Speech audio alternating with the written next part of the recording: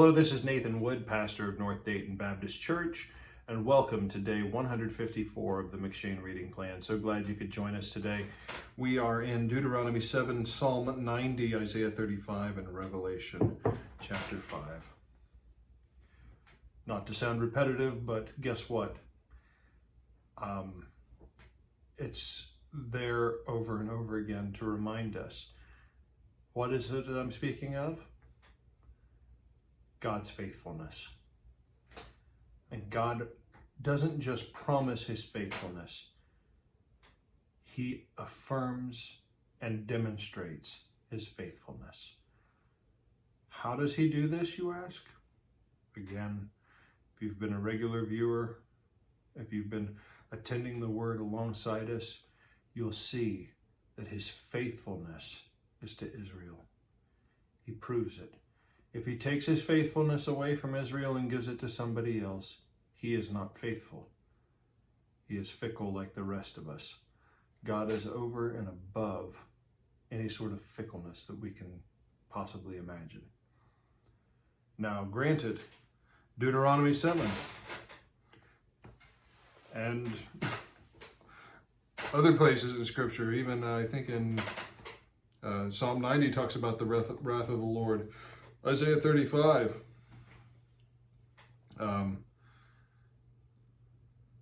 talks about the vengeance of the Lord for iniquity, specifically talking about against the enemies of Israel there. But God does not tolerate sin. He is perfect in his justice and perfect in his mercy. But we can trust him to be faithful because he will be faithful to Israel. Look at what happens. He has called them, verse 6 through 8 are so important for us to understand the character of God. For thou art an holy people unto the Lord God. The Lord thy God hath chosen thee to be a special people unto himself. This isn't talking about the church. It's talking about Israel. The church doesn't exist until the day of Pentecost, after the ascension. God hath chosen thee to be a special people unto himself above all people that are upon the face of the earth. Now again, the mystery of the church has not come into play yet. That's why the clock stops at the 69th week of Daniel. After Christ ascends, right now we are in a great big parenthetical in history. This is the period of time that God has given to the entire earth. This is a wonderful parenthetical where prophetic time has alluded to the salvation of the Gentiles, and Satan didn't know how he was going to establish it and accomplish it. And here we are. This great rescue plan, this great section in history when God is dealing with the Gentile nations. It's a big idea. It was a big covert operation, and it's not to be taken lightly. And it's not to be used to boast against the natural branches. The chosen people will be dealt with in the 70th week, the 7 years, the final 7 years of this time clock, the 7-year tribulation. That's why Daniel talks about 69th week and then indefinite period of time between then and the 70th. These are the special people. Israel is the special people. The bride of Christ is a surprise. But because the Lord did not set his love upon you, nor choose you, because you were more in number than any people, for you were the fewest of all people. Very small, obscure family. Downtrodden. An outcast. Abram was when he left his father, or left with his father, but left the land of his father.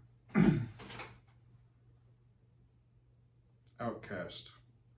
See, it wasn't popular to worship the Lord in the land of the Chaldees. Why? Because Babel had sought to elevate them to the throne of God. Why? Because they were following fallen spirits who wanted to be like God and ascend to the Most High. The attributes and aspirations of Satan. So they were outcast in society. They were different. They were small, nomadic. They were not more in number than any other people. They were the fewest of all people, and God chose them. Abraham believed God, and it was counted to him for righteousness. He came out and followed the Lord. He wasn't perfect. He wasn't righteous. Didn't do everything right. He followed the Lord, and he believed. But because the Lord loved you, and because he would keep the oath which he swore to your fathers, Abraham, Isaac, and Jacob, and the patriarchs, hath the Lord brought you out with a mighty hand, and redeemed you out of the house of bondmen, from the hand of Pharaoh, king of Egypt. Folks, the promises to Israel, the sons of Abraham, Isaac, and Jacob, are not because of the law of Moses or whether they're well behaved. Their enjoyment of the covenant will be based upon that. But guess what? How can they fulfill the covenant? When Christ changes their hearts. How will he do that? He will transform them at the last day. Well, how can he do that? Folks, he's going to do the same thing to you if you're part of the church. We all talk about how he's going to wash us white as snow. He's already done so, but he's going to cleanse our hearts and minds. We're going to be perfect like he's perfect. We're going to be regenerate. We're going to have a new body. We have been saved. We are being saved, and we're going to be saved. Why is it such a far stretch to think of him giving a new heart to the Jewish people in the last day? It's not. He'll transform them, forgive them a new heart and a new mind, because he is true to his word. And when they turn to him, he will bless them. And he himself will come and reign on the throne of David. Praise God. Look at the prayer of Moses here. Lord, thou hast been our dwelling place in all generations. Wow, that's an interesting thing. Thou hast been, or you have been, past perfect tense, I believe, if I remember my English. Thou hast been our dwelling place. So, in the past, you have been our dwelling place in all generations. All includes the present and the future. He doesn't say thou hast been our dwelling place from the generations from our beginning to the current day. He says thou hast been our dwelling place in all generations. What's that implying? It means, dear friend, it means that he has established the beginning and the ending for those with whom he has covenanted. If you trust in him today, Jew or Gentile, you will be blessed with the blessing of Abraham. You will take part in the kingdom. You will be rescued from this world of sin. You will live eternally with Christ the Lord. You will be with him wherever he is, in the heavens, on the earth, and when the new Jerusalem comes down and heaven is reunited with earth. What a blessing. Before the mountains were brought forth, or ever hast formed the earth, or ever thou hast formed the earth and the world, even from everlasting to everlasting, thou art God. Notice here, before the mountains were brought, past perfect, or ever thou hast formed the earth, in the past perfect, even from everlasting to everlasting. From everlasting to everlasting, that prepositional phrase is indicating, a starting point to a current, or, well, from everlasting to everlasting. That's trying to put eternity on a timeline or a never-ending line that has no beginning or end. But time's not a line. It's an eternal moment. So if you try to think about all the way in the past, all the way in the past, all the way in the past, and then it's like, well, it's an eternal line, but no, thou art God. God is eternally in an eternal moment. He's above time. There's no above, below, around, in between, in the midst of. He encompasses time. To even use prepositional phrases to show his relationship to it is to diminish him. He is so far beyond it and outside of it. But yet he's inside of it, and in the midst of it, and in complete control of it. Praise God. And he controls what he chooses to control within it. So nothing's outside of his control, but if he chooses to let something be random, he can choose to let something be random. Computers can't come up with a random. God is powerful enough to let things have free will, and it still be under the sovereign will of God. We can't think of that. We can't think about not fixing a game or choosing not to fix it, but if we try to play both sides of a chessboard, we have to pick who we want to win more eventually. Doing our best on both sides doesn't work because we know the mind of our opponent. Thou carry for 1,000 years, thou turnest man to destruction, and saith, Return, ye children of men. Our downfall and our rising up are in his hand. And if he casts away, who are you to say that he cannot make them return? He's cast mankind away, and he's calling all of us, each individually, to be reconciled to him. Hallelujah. For 1,000 years in thy sight is but yesterday when it is past, and as a watch in the night. It's not talking about 1,000 years being of one day being a mathematical equation where we can calculate the time clock. No, friend, what it is saying that time is not, God is not bound by time. The only time God is bound by time is when he chooses to work in the parameters of the time that he has allowed us to be in and the time that he has put us under. God himself was subject to time while he was here as the Son of God, but only as much as he allowed himself to be bound by it.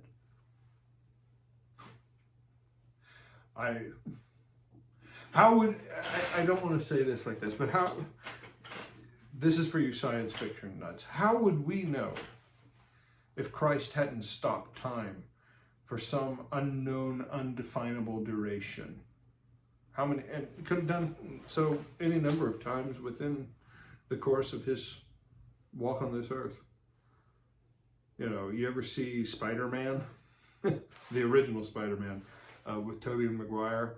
I'm showing my age a little bit here. This coming into antique movies here. It's newfangled, but it had the CGI, you know. But with that CGI technology, you ever notice that when Tobey Maguire's Spider-Man goes into spider sense, it shows a shot, it's like everything freezes. And he can see around everything. He sees the beat of the wings that fly. He sees all around. He sees the punch that's getting ready to come. And he's like, huh, look at that. I think I'm going to step over here, put that there. You know, if Spider-Man can do that, don't you think that Jesus Christ is perfectly well capable of walking in and amidst and around, even in human form? Folks, Satan wants to be a facsimile of the great God who rules the universe. The whole notion of superhuman individuals, as fun as they are, is just man grasping at what Christ ultimately is far and above.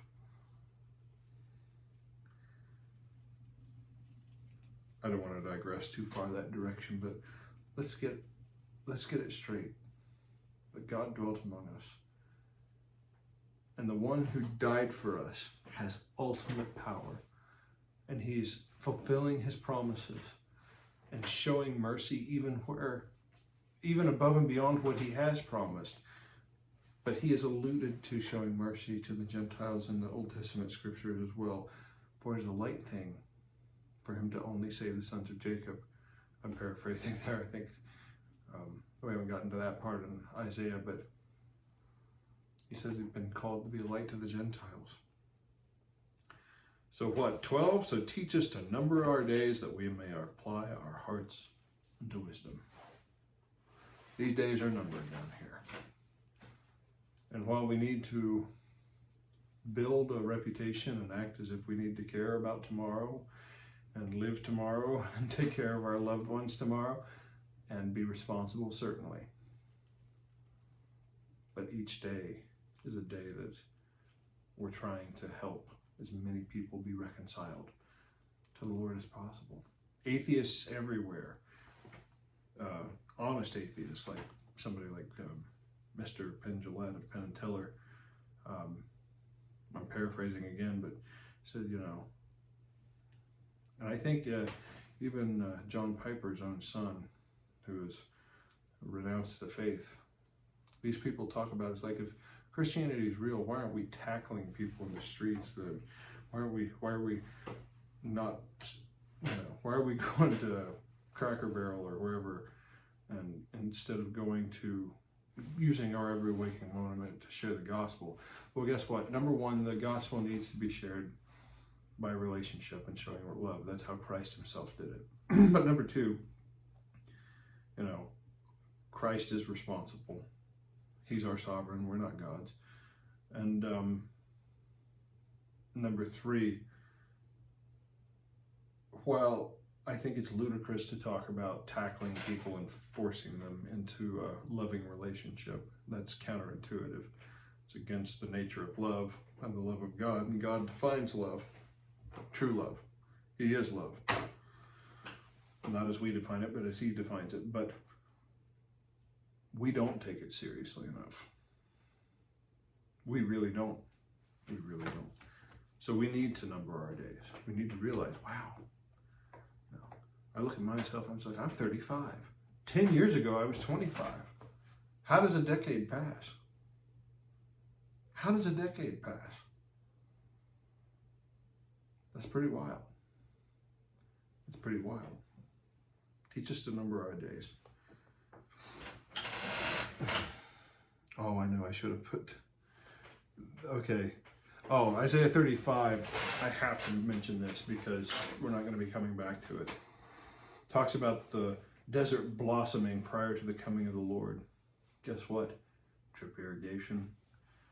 Some of the sweetest fruit you'll ever eat is in the Jordan Valley, which that's part of what the PLO wants to take.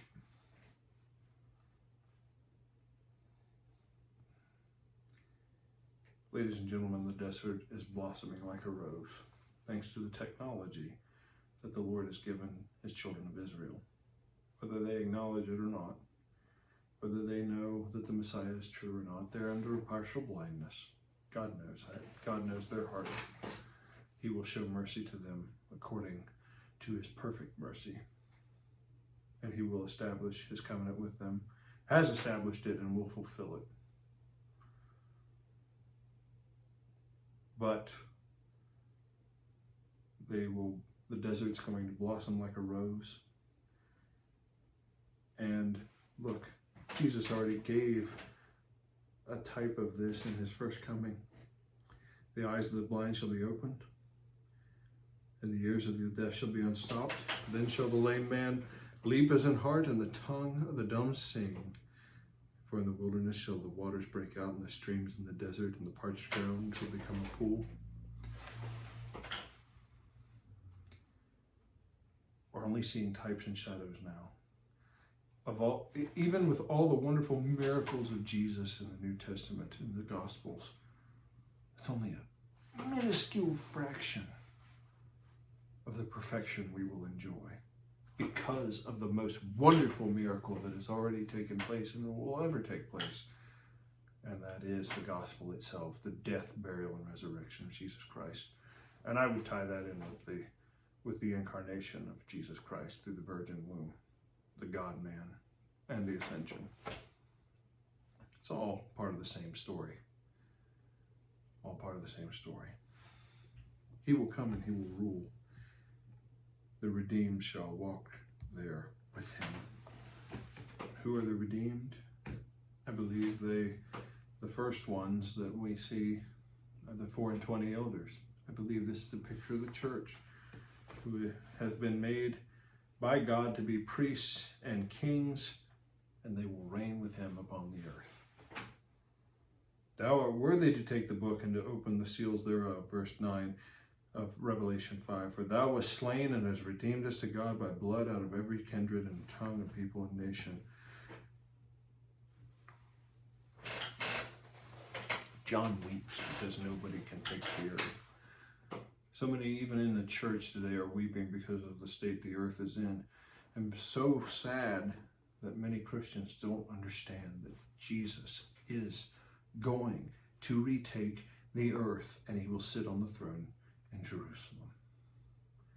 The lion is the lamb who was slain, and he will break the fullness of all the requirements. He has a right, the only right, to retake the earth. He is perfectly God, perfectly man. He has purchased the price. He has borne the punishment. No one can touch him. No one can touch him. Not even the devil can accuse him of fixing the game, because he has borne his own punishment. Hallelujah. Hallelujah. Verse 13. And every creature which is in heaven and on earth and under the earth and such as are in the sea, and all that are in them, heard I saying, blessing and honor and glory and power be unto him that sitteth upon the throne and unto the Lamb forever and ever. I can't help but think of George Frederick Handel's blessing and honor, glory and power be unto him that sitteth upon the throne. Glorious music if you ever get a chance to hear Handel's Messiah. But folks, in the kingdom of Christ, the music will be so beautiful and powerful that you will just weep, bowing before the feet of the Almighty God, praising him,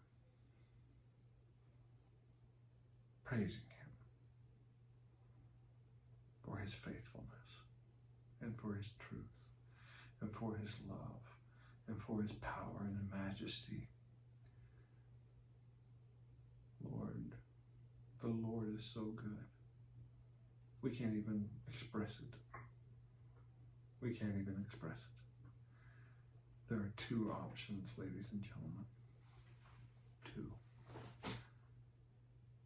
We either reject him or we accept him. Under the category of reject is seeking him in our own merit and in our own way, by our own definitions and in our own misguided lusts or notions or logic. Folks, if we try to define God, put him into our little definition and seek him our own way, other than the biblical way, we will not be among those who have accepted him as he has given himself, as he has presented himself in Scripture. Ladies and gentlemen, you must trust the Christ, the Messiah, Jesus, Yeshua, who is God and man, born of a virgin, come to fulfill every bit of the Scriptures, to establish the throne of Israel, and in so doing, in the middle of doing it, reconciling the whole world together, all who will come to him. It's just like him making the earth, and then it says he made the stars also. He focuses on the earth and all the vastness of all the galaxies is an afterthought. But it's so vast and so important at the same time. I'm happy to be part of his afterthought. I'm happy to be a child of God. It's my prayer that you are as well. If not, would you please trust in him today before it's too late. We love you. Have a good day.